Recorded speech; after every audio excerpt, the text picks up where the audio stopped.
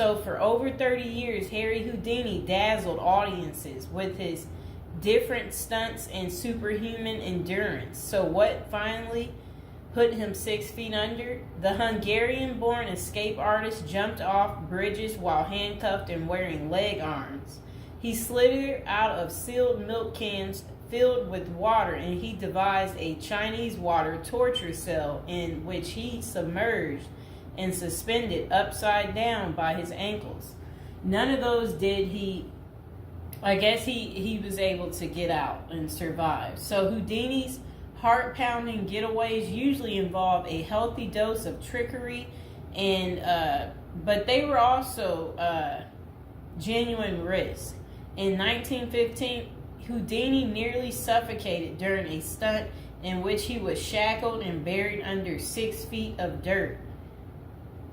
Houdini had made a career out of surviving the impossible, which only made the circumstances of his 1926 death all more mysterious. The 52-year-old performed before a packed audience in Detroit on October 24th, but was rushed to the hospital afterwards with an apparent case of appendicitis.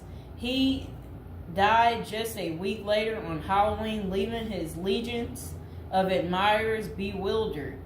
Okay, so an obituary in the New York Times expressed shock at the passing of the man who so often had seemed to thousands to be cheating the very jaws of death. And I want to talk about something else. So I've been to Detroit, and I don't remember anybody talking about Houdini there. And I think they should have had some of his cool, iconic stuff there. But I did see they had Houdini stuff in Las Vegas when I was in Vegas. So, I don't know why they don't have it set up in Detroit.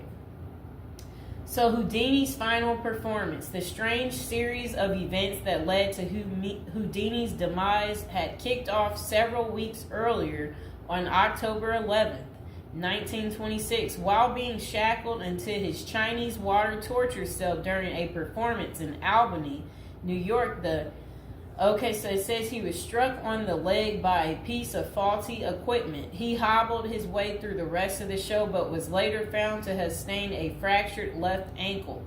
Against doctors' orders, Houdini continued his torture and traveled to Montreal, where he gave a lecture at McGill University. Just a few days later, on October 22nd, he invited some McGill students to visit him in his dressing room at the Princess Theater. The magician's sore ankle was still bothering him, so he plopped down on a couch while the group chatted.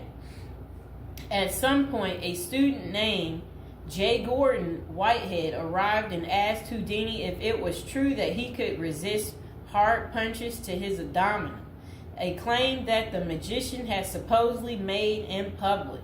According to witness Sam Smits, when Houdini said the rumors were true, Whitehead abruptly delivered 4 to 5 terribly, forcibly deliberate, well-directed blows to his stomach. Houdini was still reclined on the couch and had no time to prepare for the punches, which appeared to leave him in considerable pain. And now would be a good time to like the video and to subscribe to my channel. Do you like this new series? This is the Death series, and there will be more series to come and more episodes from the Death series as well. And do you like my prison series? And if you haven't checked out my prison series I created just for you, you can go ahead and check out my playlist. And there's also a love spell series that I think you will enjoy too checking out. Okay, so Houdini brushed off the incident at the time, but that same evening he began to complain of discomfort and stomach cramps. His condition only worsened the next day when he boarded an overnight train to Detroit for a new run of performances.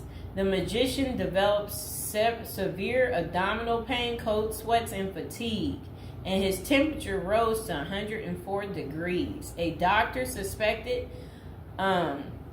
appendicitis and instructed Houdini to go to a hospital, but the performer insisted on taking the stage for his opening night show at Garrick Theater. Isn't that really funny? He still wanted to work even though he wasn't doing so well.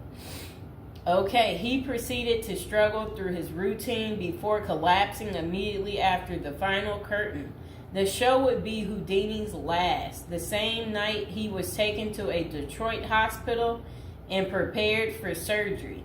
Doctors successfully removed his appendix, which was found to have ruptured several days earlier, but it had already poisoned his insides. Despite a grim prognosis, the magician clung to life until October 31st, when he died with his wife Bess and his two brothers by his side.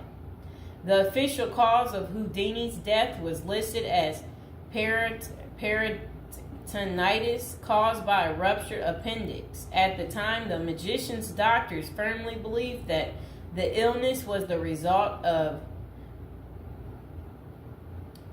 so I guess some guy had given him something backstage during an encounter in Montreal.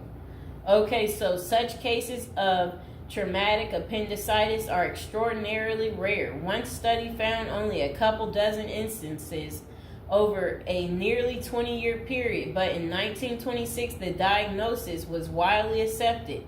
Houdini's life insurance company was even forced to pay his wife a double for accidental death. Okay, so doubts arise over the escape artist's death. Houdini was laid to rest in Queens, New York. And this is what his little, I never knew that was where he is. There he is right there. Okay, that was his tombstone. Okay, so look, maybe I can put that tombstone as the thumbtack, people. Okay, so Houdini was laid to rest in Queens on November 4th, 1926, but rumors about his unusual death have persisted ever since. Many of the theories tend to focus on the magician's contentious relationship with spiritualism, a pseudo-fed religion whose adherents once claimed it was possible to communicate with the dead through seances and mediums. Houdini, a born skeptic, had spent much of the 1920s on a mission to debunk the spiritualist claims and expose its top psychics as frauds. The crusades earned him several $1 million worth of lawsuits and more than a few enemies, but at the time of his demise, he showed no signs of letting up. Just a few months earlier, he had testified in front of Congress in support of a bill to outlaw fortune-telling in Washington, D.C. Could Houdini's meddling have gotten him killed? In the 2006 biography, The Secret Life of Houdini, authors William Kalash and Larry Sloman contend that the magician's death may have been a carefully planned assassination by members of the spiritualist community. If one were to suspect Houdini a victim of foul play, they write, then the section of organization crime that was composed of fraudulent spirit mediums must be considered likely suspect. Okay, so Kalash and Sloman argue that the spiritualists had a history of poisoning their enemies, and they note that no autopsy was ever performed to confirm Houdini's death. I wonder why. So his death was actually caused by appendicitis. If someone were hell-bent on poisoning Houdini, it wouldn't have been very difficult, they concluded.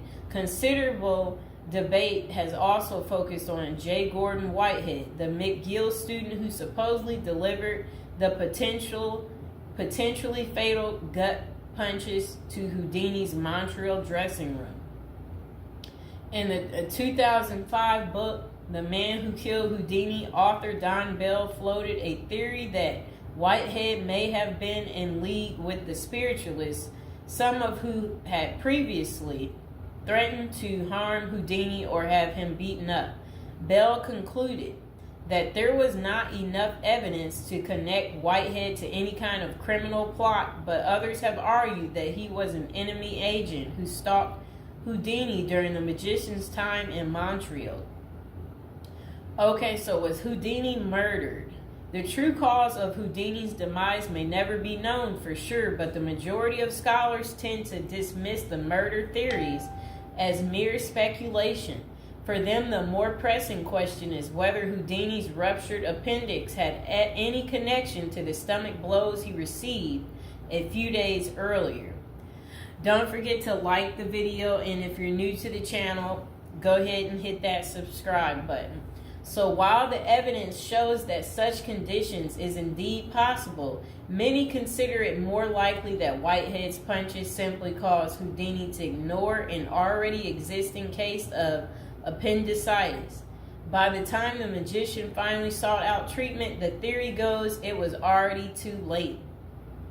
Interestingly, perhaps the most sought after source for information about Houdini's death is none other than Houdini himself in what amounted to his ultimate test of the spiritualist's claims. The magician promised his wife Bess that he would try to communicate with her from beyond the grave. Bess went to hold an annual Houdini seance for 10 years before finally abandoning the search in 1936. Fans and fellow magicians have since made the seance a Halloween tradition, but thus far, the great Houdini's ghost has refused to speak. I wonder why.